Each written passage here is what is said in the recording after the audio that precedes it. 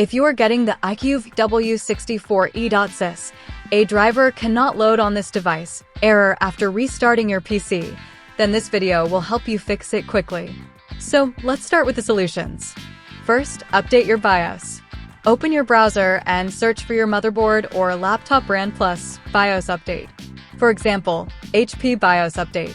Open only the official website and follow the instructions to update your BIOS. After updating, open. This PC C drive, Windows, System 32.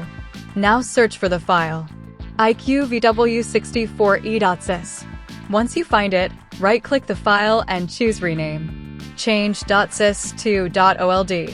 For example, IQVW64E.old. Now restart your PC and check the issue. If the error still appears, uninstall Dell SupportAssist. Press Windows plus R type appwiz.cpl.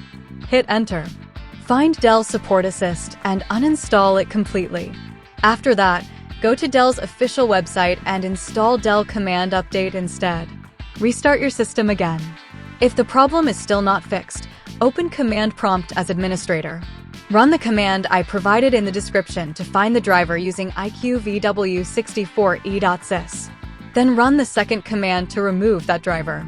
Make sure to replace the OEM number with the correct one shown in your results.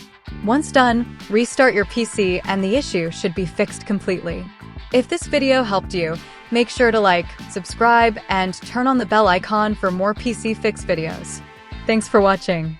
Gave him a strong will, strong mind causes mayhem. We could change the world, change times, rearrange them. Staying on pace, running the race. Life is a chase, I don't want a place. I wanna be first, work till it hurts. Dehydrated thirst till I'm in a hearse. High ambitions in the right mind can take you so far. It's like you lived a few